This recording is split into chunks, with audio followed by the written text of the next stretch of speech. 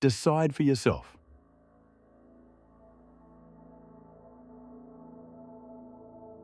The benefits of rejecting the CEO self-model.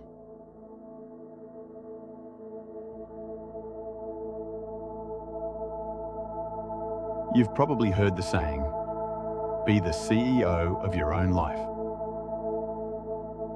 It sounds empowering, right? But what if the whole idea that there is some executive you sitting in the control room of your mind isn't just inaccurate, but actually the source of so many problems? Today, let's flip the script.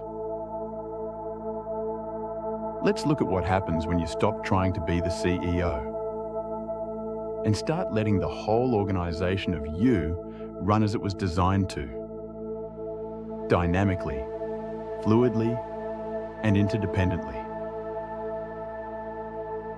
Let's start with the realization that the so-called CEO self-model is everywhere. It is truly baked into our language.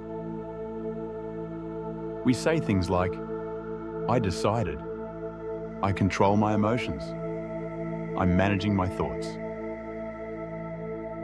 And so the image is clear.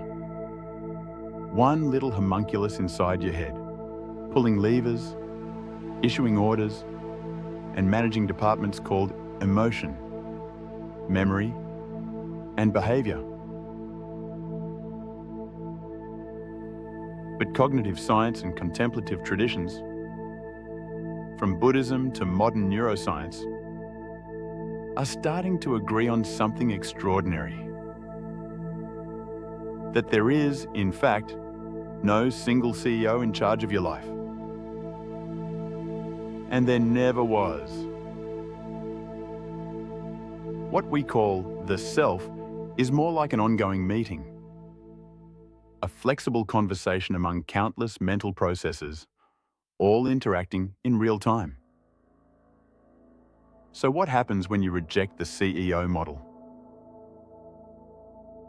First, an enormous weight lifts. The pressure to be perfectly in control begins to dissolve. You start to see that thoughts, emotions, and impulses don't need micromanaging. They just need the occasional recognition.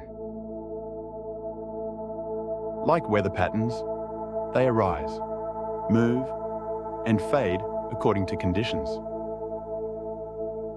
And when you stop shouting commands from the executive suite, you begin to notice something remarkable.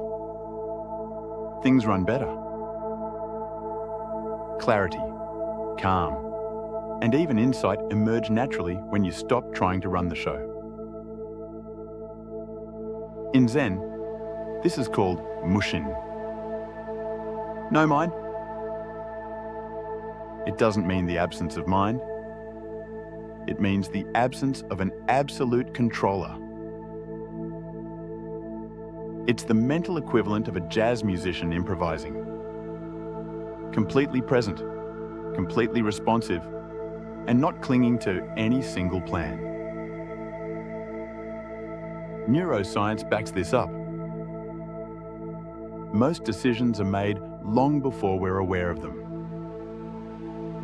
The conscious I is more of a narrator than a commander. A public relations manager taking credit for the work already done by the rest of the organization. When you realize this, free will stops meaning control and starts meaning coherence. Freedom becomes the ability to harmonize with what's already happening, to act as part of the orchestra, not as its conductor. And there's also a moral dimension here. The CEO model separates the ruler from the ruled, just as it separates me from you. But the distributed model reminds us that we are networks, internally and socially. When we let go of control, empathy naturally expands. the borders between self and other soften. Compassion stops being an effort and becomes a reflection of how things actually are. And finally, the last benefit of rejecting the CEO's self-model: creativity. When the CEO fades to the background, the rest of the company can finally breathe.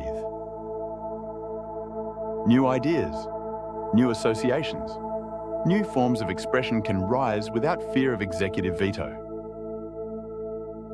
This is what the Taoists call Wu Wei, effortless action.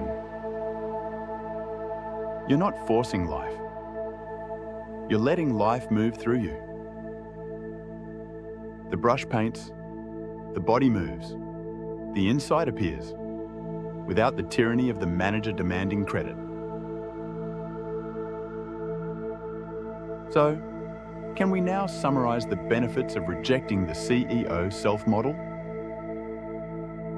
First, less control, but more harmony. Less fear and more creativity. Less separation, more compassion. You stop being a manager of reality and start being a participant in it. And that, paradoxically, is where true freedom begins. So, decide for yourself.